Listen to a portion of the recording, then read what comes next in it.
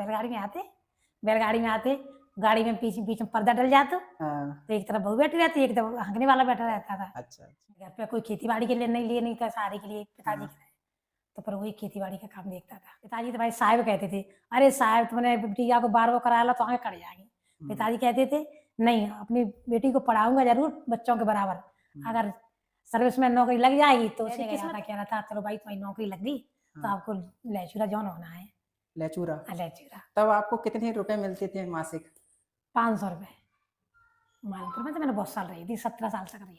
भगवान को मैं थोड़ी कमी आस्था है मेरी, पढ़ाई करो, पढ़ाई में सब कुछ ही है। कर्म अम्बेडकर ने कहा है शिक्षा सिरनी का दूध है, उसे पियोगे इतना ही दाढ़ोगे। हाँ, इसलिए शिक्षा पे जोर दे। मोबाइल पे ये खींच रहे हैं, सेल्फी खींच रहे हैं, मोबाइल घुमा रहे हैं इधर उधर, हाँ तो ये सब ठीक नहीं है। इसलिए मैं बहुत नाराज होती हूँ और मैं कहती हूँ मोबाइल तो उतना ही देखो, अपना पढ़ाई के लिए जरूरत के लिए अच्छी अच्छी कोई वीडियो है तो उसको देखो, अच्छी है जो शिक्षा से संबंधित है। अपनी अपनी सोच को ऊंचा रखो, जितना अपन तुम सोचोगे तो उतना ही जो सोचोगे वो करके रहोगे। हाँ तो वो बिल्कुल होता ही है, और पर अच्छा सोचना है, अच्छा सोचना है, ऐसा सोचना है कि जो समाज को सुधार सके, समाज को बिगाड़े नहीं। एक रोटी कम खा, बच्चों को जरूर पढ़ाओ। आज मेरे साथ मेरी बुआ हैं जो बहुत ही अनुभवी हैं और एक गवर्नमेंट शिक्षक भी हैं। बुआ, सबसे पहला सवाल यही है कि जब आप छोटी थी और आपने वो संभाला तो घर में सब कैसा था? सब बढ़िया था घर में। सब कैसे अच्छा घर था। कैसे घर बना था? पहले कच्चा घर बना था। हाँ, अब तो फिर बाद में पक्के बन गए। पिताजी ने बहुत मेहनत की। हाँ, कम से कम गाड़ी से ले जाते, खंडे लेके आते रात में, बैलगाड़ी से 4 बजे उठ के जाते थे। अच्छा। हाँ, और 4 बजे से 9 बजे तक खंडे की गाड़ी लेके आ जाते थे। अच्छा। हाँ, इसलिए पिताजी ने बहुत परिश्रम किया और मकान पीछे वाले 2 कमरे बन गए थे। है, आगे भी बन गया था।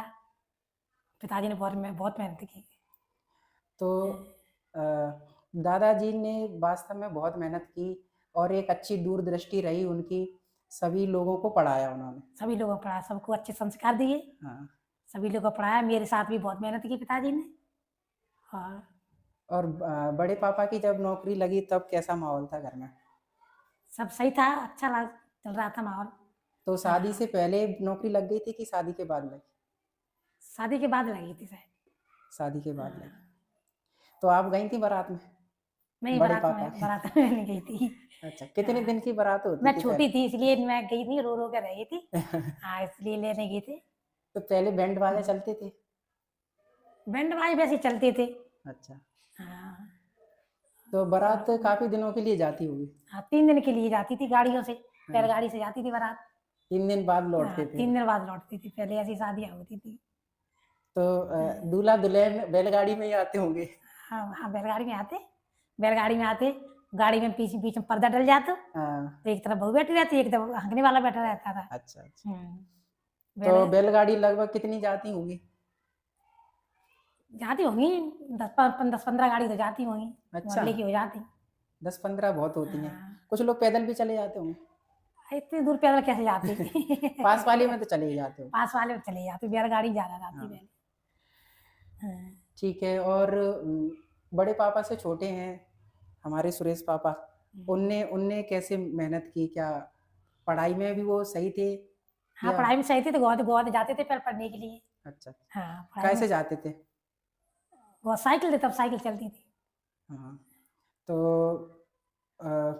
उन्होंने शायद बीए करा? हाँ, बीए कर लिया उसने। फिर घर पे कोई खेती बाड़ी के लिए नहीं था, सहारे के लिए पिताजी के, तो पर वही खेती बाड़ी का काम देखता था। तो एक और है कि सबसे पहले जैसे परिवार में आपको एक बीमारी है जिसमें थोड़ा हाथ पैरों को सही से चला नहीं पाते हैं, एक विकलांग जैसा शरीर है, तो सबसे पहले परिवार में किसको जो है दिखा कि इसमें ये गुण आ गए हैं? सबसे पहले उसको चरण सिंह को, तीसरे नंबर वाले को। अच्छा। जो पोस्टमैन है तो? हाँ, वो पोस्टमैन है, उसी में सबसे पहले लक्ष्य थे। तो फिर उनको दिखाया बाहर ले जाके? हाँ, पिताजी ने दिखाया वगैरह हो कहीं दिखाए, हम तो छोटे थे जब। तो आप लोग पहले स्वस्थ थे, वो ही थोड़े बीमार हो गए? हम लोग तो स्वस्थ थे। तो कैसे अचानक हो गया था कि? अचानक ही हुआ है। जैसे कि सुबह खड़े हुए तो हो गए? नहीं ऐसे नहीं, धीरे धीरे अपने आप ही धीरे चलने धीरे? फिरने में परेशानी आती गई, हम्म। ऐसे नहीं है, धीरे धीरे अच्छा, हुआ है। फिर किसके साथ हुआ?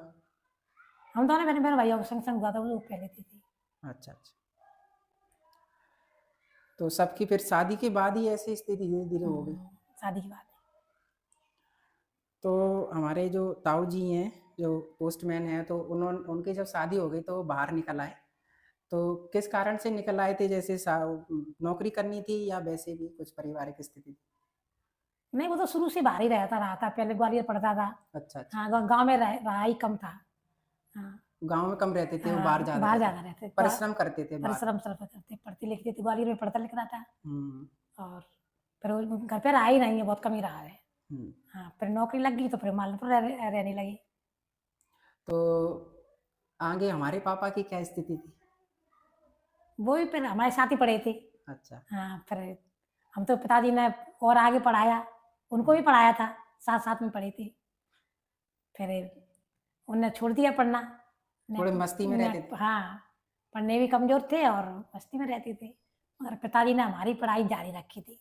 गांव वाले कहते थे, पिताजी तो भाई साहब कहते थे, अरे साहब तुमने बिटिया को 12वीं करा लो तो आगे कट जाएंगे।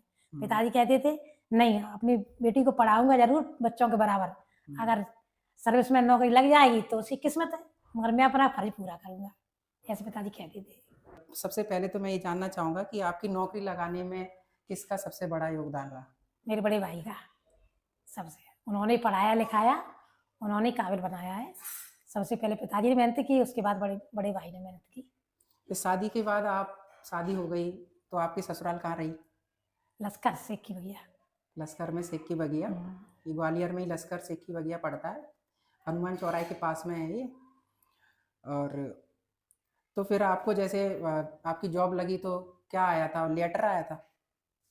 मेरे को तो पता भी नहीं था कि मेरी जॉब लग गई, भाई ने इस पूरी मेहनत करी। हाँ। और फिर तीसरे नंबर भाई को लेने गया था, कह रहा था चलो भाई तुम्हारी नौकरी लग गई तो हाँ। आपको लहचूरा जॉन होना है। लेचूरा? लहचूरा तब आपको कितने रुपए मिलते थे मासिक? 500 रुपये। 500 रुपये?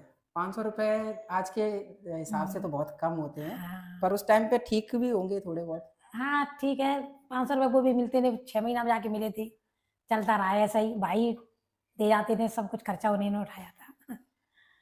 फूफा ने भी बहुत मेहनत की। हाँ, वो भी साथ रहते थे, वो भी मेहनत करते थे, प्राइवेट स्कूल पढ़ा लेते, हाँ। हम कोचिंग पढ़ा लेते, तो फूफा ऐसा को शायद ज्यादा मिलते होंगे तो। गुजारा।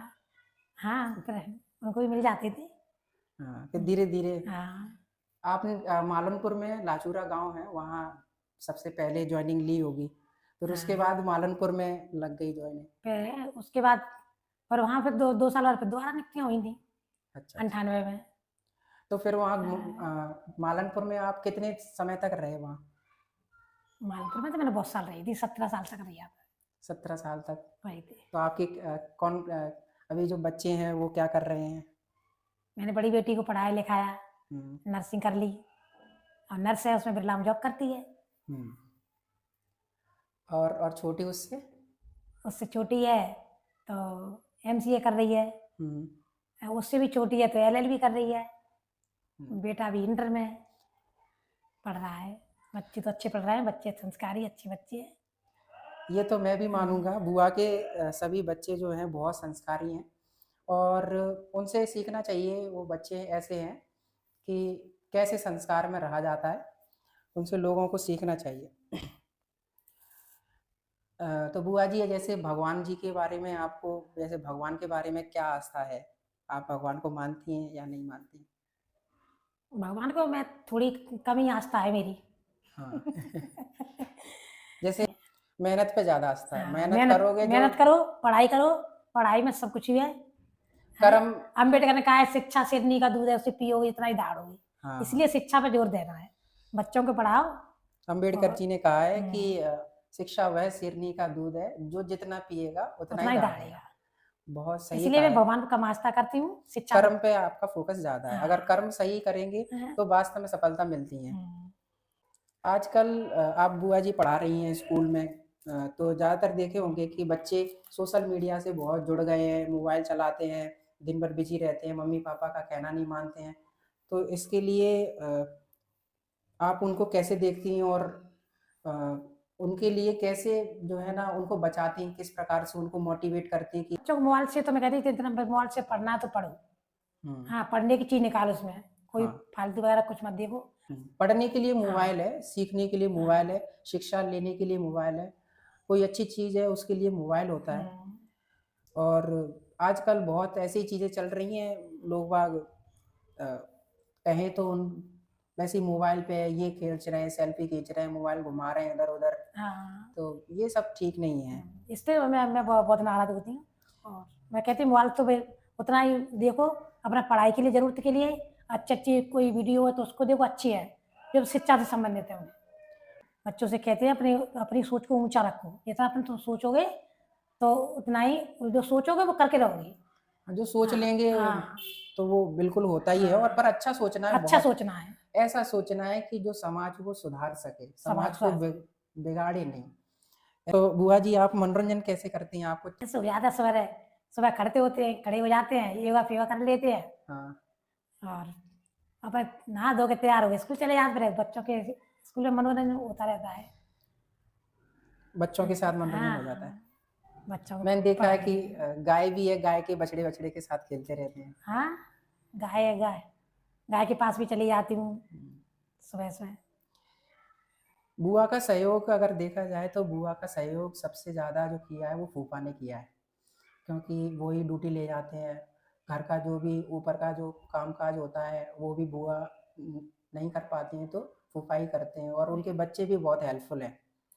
जैसे अगर देखा जाए कि जीवन में अगर जो बच्चों की प्राथमिकताएं होती हैं, मतलब पहले बच्चों को ऐसी कौन कौन सी चीज़ें हैं 20 साल तक वो अपन उस पर फोकस कर रहे हैं, और फिर अपना उससे अपना भविष्य भी बना सकते हैं। पढ़ाई पे फोकस करना चाहिए। पढ़ाई पे हाँ पढ़ाई सब कुछ है, सब शिक्षा पे जोर दो। सबसे ज़्यादा पढ़ना चाहिए। सबसे पढ़ना है, खाने के लिए भी कम हो लेकिन पढ़ना बहुत ज़रूरी है। जो पढ़ एक गया, रोटी कम खा, बच्चों को जरूर पढ़ाओ। अब जैसे मान के चलो कि मैं लोगों को मिलता हूँ, जैसे हमारे कुछ बड़े भाई वगैरह हैं या परिवार में भी है कुछ लोग, तो वो बाहर काम करने जाते हैं, और कभी मैं उनसे बात करता हूँ तो वो ये कहते हैं कि धर्मेंद्र पढ़ लिख जाते हम तो कछु और होते, और उन्हें पढ़ने का अफसोस होता है। इसलिए छोटी उम्र में अगर हम पढ़ गए तो वो हमें कहीं ना कहीं बहुत हेल्प करती है